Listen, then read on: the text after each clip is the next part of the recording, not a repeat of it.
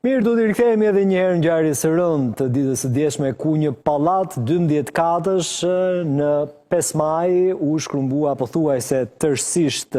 Banorët kanë ndjekur si spektator pasurinë e tyre ti shëmbej përpara syve. Për të kuptuar shkaqet, për të bërë një analizë çfarë duhet përmirësojmë në kontekstin teknik për sa i përket sigurisë. E këtu flas për arkitektë dhe inxhinier, por jo vetëm kaq, çfarë duhet dim kur firmosim një kontratë për blerjen e një apartamenti, a duhet të vëmë theksin edhe të fokusohemi tek siguria, nëse na garantohet apo jo në apartamentin që blejmë. Për këtë arsye do të kemi një komunikim të drejtë për drejtë zotin Reinaldo Pibiria, shoqata e pasurive të paluajshme.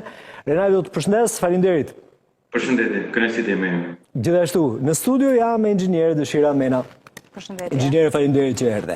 Gjatë kohës që transmetonim kronikën, bëri një koment për sa i përket qëndrimit kryeministrit Rama, i cili tha 100% do të rindërtohet nga ndërtuesi. Tani, si ta kuptojmë një deklaratë të tillë? Është politike apo mund të vendosi institucionet edhe mekanizmat që të funksionojnë edhe pse jo të parandalojnë situata të tilla? Unë shikoj pozitive faktin që ka një reagim në këto nivele institucionale, shtetërore, siç është kryeministri i shtetit. Kështu që është natyrisht shumë pozitive. Ngjarja ishte e rëndë dhe kërkonte vëmendje në këto nivele, në fakt. Sepse ato ishin skenat merri dhe jo normale të shohësh në mes të qytetit. Absolutisht. Të jetës kur zhvillohet jeta e banorëve. Kështu që reagimi është shumë pozitiv. A do t'jetë vetëm politike apo teknike? E mbështetur në ligj apo presion ndaj ndërtuesit? Është një deklaratë që të shpreh vullnetin institucional të qeverisë, si t'ju vinë në ndihmë publikut i cili është dëmtuar si viktim pa asnjë lloj faji. Se çfarë faji kanë banorët të ndodhen në një situatë të tillë. Po mirë, pse ka detyrim ndërtuesi që ta rindërtojë edhe një herë, kur ndoshta jo për fal të tij ka ndodhur zjarri. Po marrim një rast hipotetik, Tani, e ka detyrim ndërtuesi, apo nuk e ka detyrim ligjor, do t'i bëhet analiza dhe hetimi detajuar i ngjarjes dhe do të dali në një konkluzion të specifikuar sipas analizës për çdo situatë që është krijuar. Fakti që shteti shpreh vullnetin e tij për t'i ardhur në ndihmë qytetarit, sepse kjo nuk është për të ndëshkuar. Jo, jemi dakord me që shteti vjen në ndihmë, se e ka për detyrë. Pa diskutim. Pra, dhe duhet jemi shumë pozitiv që shteti lëviz. Unë duhet kuptoj, ai kemi mekanizmat ne për të vendosur gjithë institucionet edhe shteti në punë në raste të tilla. Patjetër që të mos vetemi vetëm tek deklarata e kryeministrit, se jemi dakord gjithë që banorët të strehohen edhe t'i garantohet pasuria. Po, i kemi mekanizmat sepse në fund fare, ky ndërtues është një, si shumë ndërtues të tjerë, operojnë në këtë vend dhe i marrin lejet e ndërtimit dhe operojnë me këtë shtet, me këto institucione dhe përplasen çdo ditë me këto institucione. Pra dhe kur bëhet kontrolli dhe analiza e detajuar, do t'i bëhet nga këto institucione të shtetit. Dhe natyrisht që një dakordsi ose një marrëveshje për të arritur në një zgjidhje të tillë që ndihmon publikun që në këtë rast i ka ndodhur një fatkeqësi, është krejtësisht e mundshme edhe një vullnet kreti i pranueshëm si thua edhe nga ndërtuesit në këtë rast. Mendoj nuk e quaj fare shqetësues ose problem sikur do të tentoj dikush t'i bëj bishk kësaj përgjegjësie. Jo, mund të bëhet edhe realizohet shumë kollaj. Ajo që vlen pastaj për t'i bërë analizën e detajuar, është fenomenit, është ngjarjes, që është tronditse. Domethënë, pse të ndodhin situata të tilla në mes të qytetit, në mes të jetës urbane, një skenë e tillë që edhe në filmat ngjarje e përsëritur, fatmirësisht pa viktima. Për ty, s'kemi le të themi një ezaurim të gjitha rrethanave apo një qëndrim zyrtar për shkaqet, po si inxhiniere, duke parë këto detaje, madje mendja televizor gjithë ditën dje se kemi pasqyruar për rreth 2-3 orë gjithë aksionin që ka ndodhur atje. Nga çfarë është shkaktuar dhe si është përhapur kaq shpejt? Atëre, shkaku ka qenë aksidental. Janë informacione që do të dalin zyrtarisht nga hetimi natyrisht sepse nuk mund të them saktësisht se çfarë ka ndodhur, por ka qenë aksidental, pra janë ndjekur disa kartona të një biznesi që ka qenë në katin për dhe.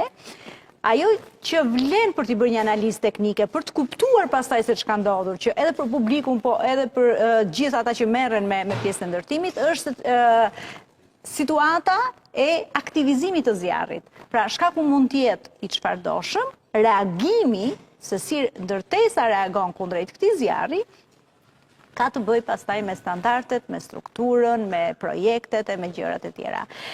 Ka ndodhur një vatër zjarri afër fasadës, pra janë ndjek disa kartona, dhe këto kartona, kjo flakë e këtyre kartonave, ka djek fasadën e pallatit, pra ka djek shtresën e veshjes së fasadës së pallatit. Ç'a kuptojmë nga kjo?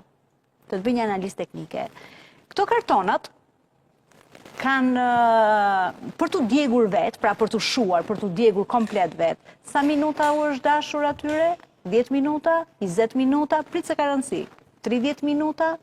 Do të thotë që elementi i fasadës nuk ka duruar dot një flak për 10 minuta. Pra ka qenë një material i djegshëm, nuk ka qenë një material kundër djegjes, si që duhet të jetë në rastet të tilla, sepse materialet kanë specifikime teknike të ndryshme. Padyshim. Dhe një material kundër djegjes duhet të rezistojë sipas vendit ku ai aplikohet, pra kur janë kompartimente të mbrojtjes nga zjarri, të cilët kanë një minutazh të caktuar për të cilin ata nuk duhet të digjen. Jo se ka material që nuk digjet kurrë, se dhe çeliku vetë shkrihet, por ama ai duron deri në 30 minuta, duron deri në 60 minuta, duron deri në 90 minuta apo 120 minuta. Kjo tregon që koha që i është dashur atij kartoni për të djegur ka qenë shumë e shkurtër dhe ai element i fasadës është dje ka marrë flak me njëherë, që do të thotë ai nuk ka pas asnjë. Reagimi i ndërtesës, rezistenca e saj ka qenë e dobët. Rezistenca e saj kundër zjarrit ka qenë pothuajse 0.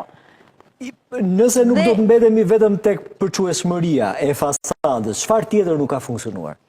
Mënyra e instalimit, e realizimit të kësaj fasade. Ajo fasada ka një shtresë që është muri i ndërtesës, konstruktiv, muri i jashtëm i ndërtesës, kishte të montuar për arsye termike një shtresë me leshguri, e cila ishte e kapur e fiksuar te muri, dhe mbi këtë shtresë në leshgurit ishte montuar kjo shtresa e jashtme, e dukshme, kjo si tip alukobombi të themi, në fasadë. Kjo shtresa jashtme fare është djegur e gjitha është shkërmuar. Ai ishte një material metalik, tip llamarine, e lyer me boj, pastaj do t'i bëhet analiza e detajuar se çka ka qenë, dhe duke qenë që këto quhen fasada të ventiluara, pra ka një hapësirë midis murit konstruktiv dhe shtresës së jashtme, pra ka ventilim aty brenda, kjo ka krijuar mundësinë që flaka të përhapet në mënyrë të menjëhershme, të përdoret si oxhak dhe të përfshijë të gjithë fasadën deri në solet.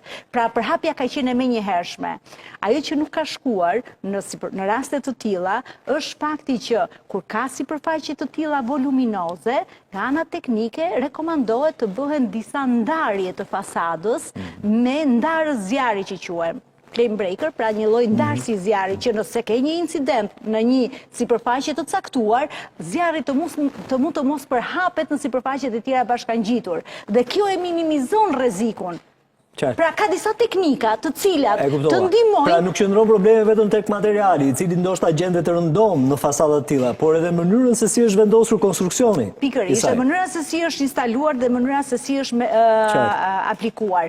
Tani, materiali është një element shumë i rëndësishëm. Dhe kur bëhen specifikime teknike të një projekti, kur zgjidhet nga ana arkitektonika i projekti, një ndër elemente që ka diskutime pafund në të gjitha projektet janë fasadat, që ne e dimë, diskutojmë shpeshherë.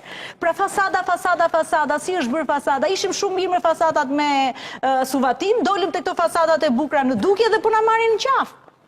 Fatkeqësisht, inxhiniere, përtej kësaj, a duhet kishte një sistem për shuarjen, si funksionon në pallatet të këtij viti prodhimi?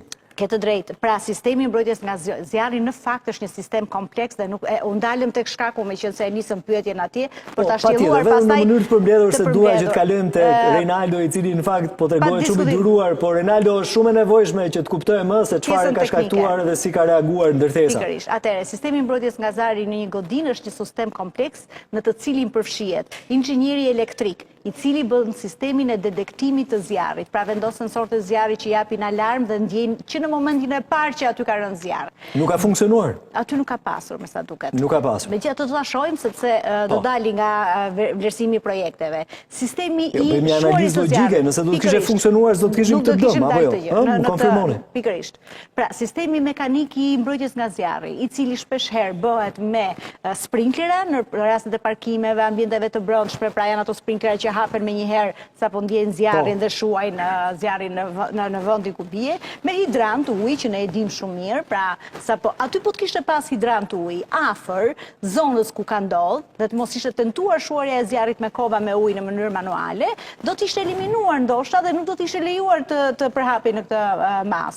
Pra, përveç hidranteve të zjarrit, përdoren dhe hidrantët me shuarje me gaz, që ne e dim. Dhe ato ndihmojnë, pra për vatër të vogël, sa kohë e ke nën kontroll ti mund ta përdorësh atë. Edhe kjo duket që nuk ka funksionuar në këtë rast. Sistemi pastaj duke mos pasur gjithë këto element që mund ta ndihmonin dhe rrugën e lirë, ai ka qenë shumë i favorizuar sepse ka qenë dhe një ambient jashtëm, ku sasia e oksigjenit ka qenë jashtëzakonisht shumë e madhe. Dhe dëmin më të madh, ne e dim gjithmonë, nuk e bën flaka, e bën tymi, e bën dioksidi i karbonit që çlirohet nga djegja e këtyre materialeve. Pra këto materialet edhe në rastet kur digjen, nuk duhet të çlirojnë dioksid karbonin në masa të tilla që pastaj të bëhen vdekje prurse. Dioksidi i karbonit ka krijuar gjithë atë shqetësim tek njerëzit, sepse është shkutur nëpër apartamentet, brenda apartamenteve dhe ka krijuar dhe asfiksimin. Pra, të gjitha këto zinxhir në mënyrë të lidhura në mënyrë integrale cënojnë integritetin e objektit dhe krijojnë një situatë që bëhet pastaj deri në dramatike. Fatkeqësisht nuk kemi pasur humbje në njerëz. Rinaldo, faleminderit shumë për durimin.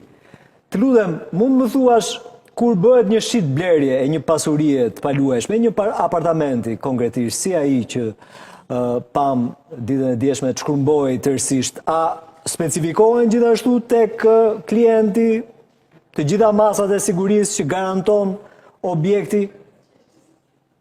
E para më lejoni them që lakëzohet që nuk kemi pasur humbje jete ditën e djeshme, patjetër kam mësuar nga media që janë rreth 71 apartamente të dëmtuara, që nuk është pak, është numër i lartë, po ndiqja me vëmendje të gjithë argumentimin teknik. Lakëzohet unë kam pasur një eksperiencë diku 2013-2016 kam qenë pjesë e një projekti të investitorit tuaj gjerman ku jemi marrë praktikisht dhe me izolime termike, akustike, standarde që janë në Europë normalisht kërkojnë një zjarrturueshmëri, sidomos në pjesën e jashtme a dëgjojmë qartë apo? Po, tani dëgjohesh. Inxhiniera e kishte fjalën në studio. Mund vjosh. Okej, dakor. Edhe atë që ishte duke thënë që standardet europiane praktikisht kërkojnë një zjarrturueshmëri 90 deri 120 minuta për sa i përket mureve të jashtme të çdo njësie, këtu përfshirë dhe fasadat. Ndoshta me vëmendje të gjithë argumentimin teknik, pyetja e parë që vjen nuk është jepen në kontratën e shitjes. Minimumi specifikime teknike të çdo ndërtese në Shqipëri duhet të jenë publike. Ne kemi ardhur nga një mentalitet që nuk kemi pasur pronon ton. Në fillim të viteve 90-2000 vrapuan për të pasur pronon ton, pas 2015-s tregu pasurie paluajshme mori një hovë për shkak të shumë faktorëve këtu, blerësit e huaj, turizmi dhe gjitha. Tani jemi në momentin që duhet të krijojmë regjistra digital të ndërtesave, që pa vajtur për të blerë një pronë, ti mund të kesh mundësi të lexosh në kohë reale cilat janë detaje, fleta teknike e këtij ndërtimi, cila është epoka e këtij ndërtimi, cili është klasifikimi i cilësisë, klasifikimi i izolimit termik, izolimit akustik, izolimit hidrik dhe çdo detaj tjetër. Më pas për të kaluar te kontratë shitblerjes, do të ishte perfekte, patjetër që në çdo kontratë shitblerje, nëse do të ishim në Europë, do të kërkonin fletën teknike. Fatkeqësisht sot ne nuk i kemi. Nga eksperienca ime personale e viteve 2018-2019, të paktën kur isha duke parë tregun për të aksesuar për të blerë një pasuri në ndërtim të sipër, duhet të bëja shumë kërkesa për të marrë atë që quhet fit out interior ose rifinitura, veshjen e brendshme dhe të jashtme të ndërtesave, kuptohet në terma të përgjithshëm pa kaluar në detaje teknike, për zjarrëtueshmërinë, për izolimin, po themi sa decibele izolon zërin, cili është izolimi i zhurmave dhe më pas pa kaluar te marka. Atë që jam duke thënë është mendoj që është në rrugën drejt integrimit në Bashkimin Evropian. Ne kemi mundësi perfekte për të hyrë dhe bërë klasifikimin e të gjithë ndërteteve në Shqipëri, bazuar në një model faktën që unë kam studiuar kohë dhe funi, model tresh, po themi tre dimensional, i eksperjenca e Italisë, e Britanisë edhe Amerikës, që e klasifikon çdo ndërtesë në varësi të vitit kur është ndërtuar, në varësi të destinacionit të përdorimit, nëse është banesë, nëse është komerciale, nëse po themi tregtare, zyra, magazina, edhe në varësi të cilësisë të materialeve që janë përdorur. Dhe më pas me kalimin e viteve ti mund të shikosh se si po shkon historiku i këtij ndërtimi ekzistues. Tani kur flasim për ndërtimin ekzistues, patjetër që duhet të jenë shumë transparente të dhëna teknike të një ndërtimi të ri. Pra ndërtimi nga 2025 e vijimin duhet fillojnë të ndryshojnë. Do duhet ta bëjmë jo vetëm regjistrin e leve të ndërtimit publik, por duhet të bëjmë dhe skedën teknike publike, që kushdo qytetar i cili do të përqasë atë projekt, të mund ta ketë parasysh se çfarë është duke blerë dhe të mund të ketë në dispozicion për të kontrolluar, vërtetuar, verifikuar të gjitha të dhëna teknike. Por post kësaj, le të themi që kemi të gjithë njohurinë e kemi publike, ashtu siç po thoshte e ftuara në studio. Në ana tjetër mendoj që ne duhet të lëvizim nga mentaliteti i të investorit të parave pa marrë konsulencë. Sot tregu ka ndërmjetës pasuri e palueshme të licencuar. Ka inxhinierë dhe arkitektë të cilët veprojnë si ndërmjetës pasuri e palueshme të licencuar. Kështu që kur ti investon 250.000 euro, që është investimi i jetës, të lutem shko dhe merr konsulencë. Shko dhe kërkon ndihmë nga një profesionist i cili të mund të argumentojë standardet teknike, cilësinë e ndërtimit, certifikimin e një ndërtese. Qoftë kjo e viteve 1945, qoftë edhe 2025-s.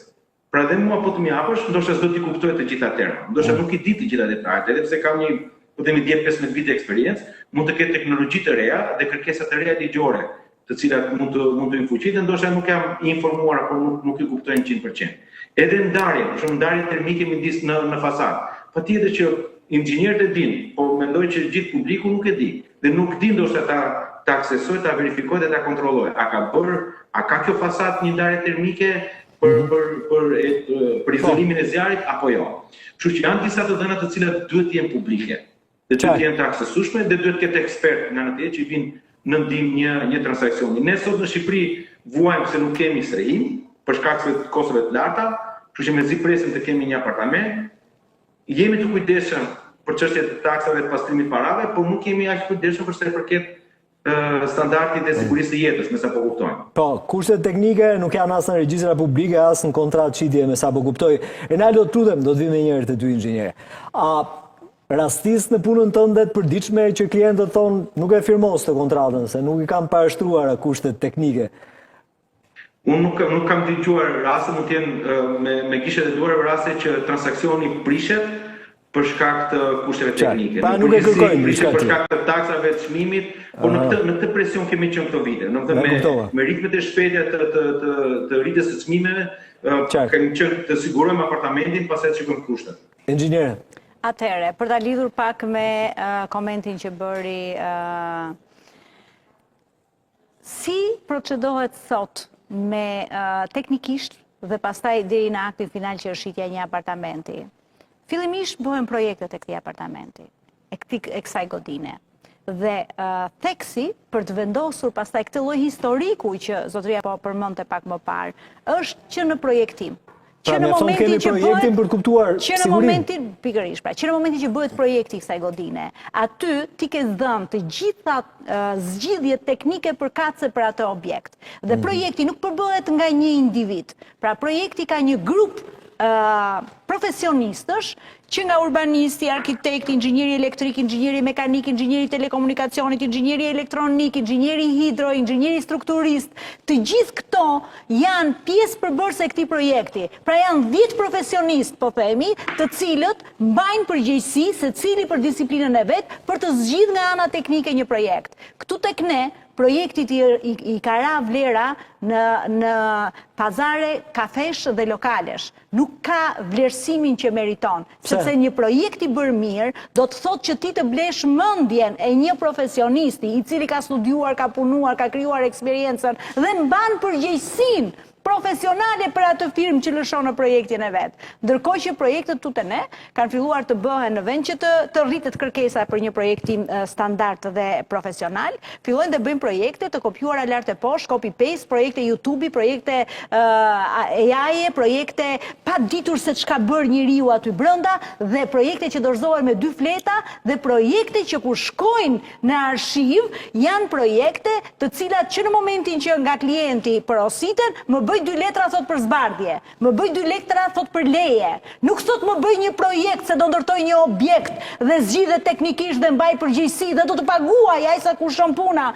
Por më bëj një projekt që të marrë një leje. Që këtu fillon e gjithë historiku dhe arshiva dhe dosja që kërkon zotëria e kësaj ndërtese. Sepse kush është dosja e ndërtesës? Është ajo kanavaca e parë e ndërtesës që hidhet në projekt. Dhe pastaj ajo dosje fillon dhe plotësohet. A është zbatuar saktësisht për ato specifikime teknike që janë vënë në projekt, për ato element që janë përdorur në ndërtesë, a janë zbatuar realisht? Projektet për leje po t'i shohësh sot dhe të kontrollosh projektet e shfrytëzimit se si dorëzohen në fund, nuk kanë lidhje fare me njëra tjetrën. Tjetër gjë ka pas projekti për leje, tjetër gjë është zbatuar në fund. Në fakt, i vetmi arshivim teknik për çdo godin, e vetmja sketë teknike e çdo godine, është ai projekti për leje. Ai projekti për leje që dorëzohet, i ka të gjitha këto elementë.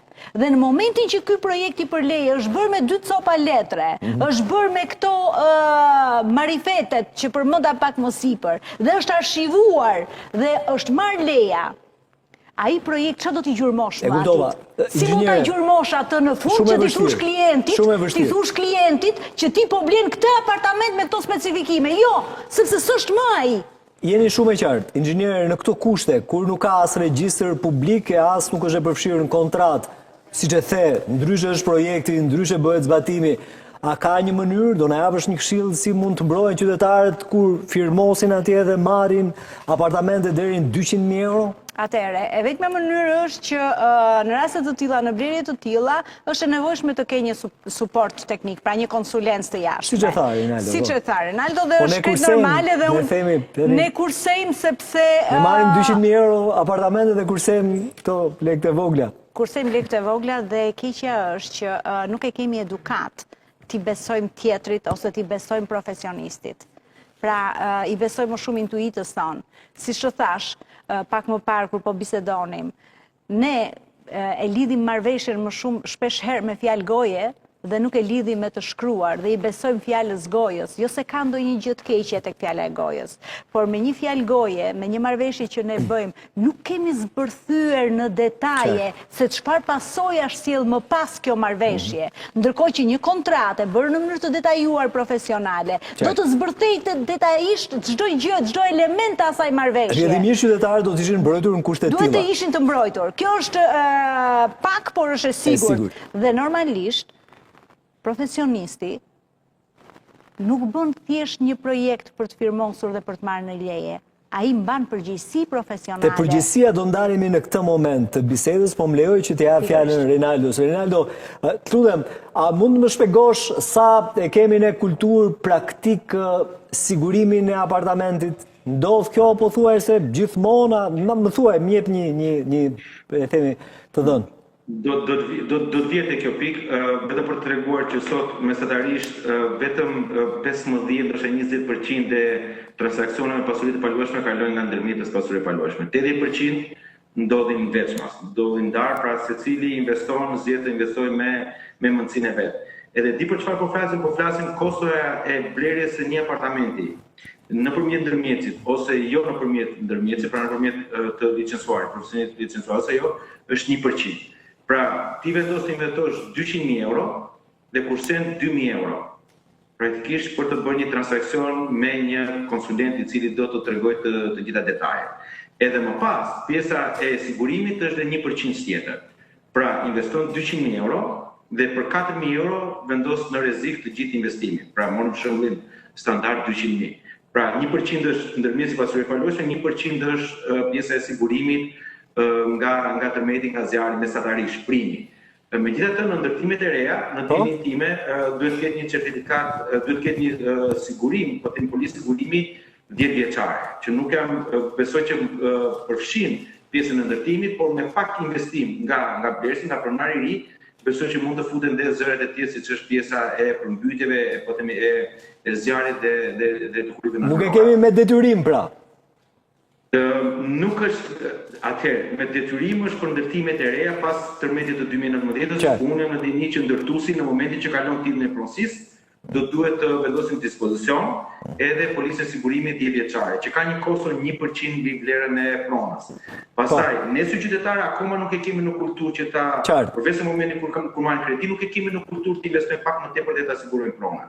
Çka duhet bërë? Me këto vlera që po arrin prona, unë jam partizan që duhet bërë. Pra nuk duhet kursyer agjenti pasuri paluajtshme 1% dhe nuk duhet kursyer sigurimi i pronës 1%. Pra 2%, 98% të humbin gjithë pjesën tjetër të investimit.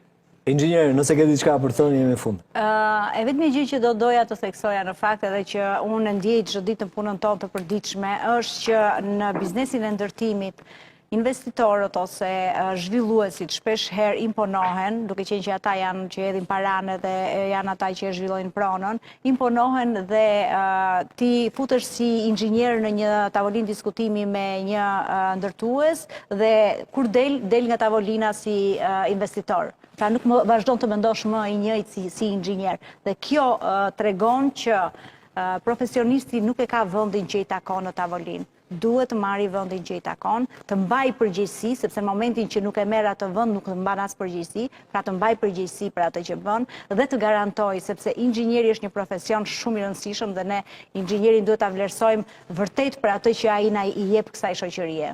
Inxhiniere, faleminderit. Faleminderit juve. Kënaqësi. Rinaldo, të përshëndes. Faleminderit edhe ty që je disponibël gjithmonë. Faleminderit. Shkëputemi, rikthehemi për pak edhe flasim për zhvillimet në botë. Fokus natyrshëm tek linja e mesme.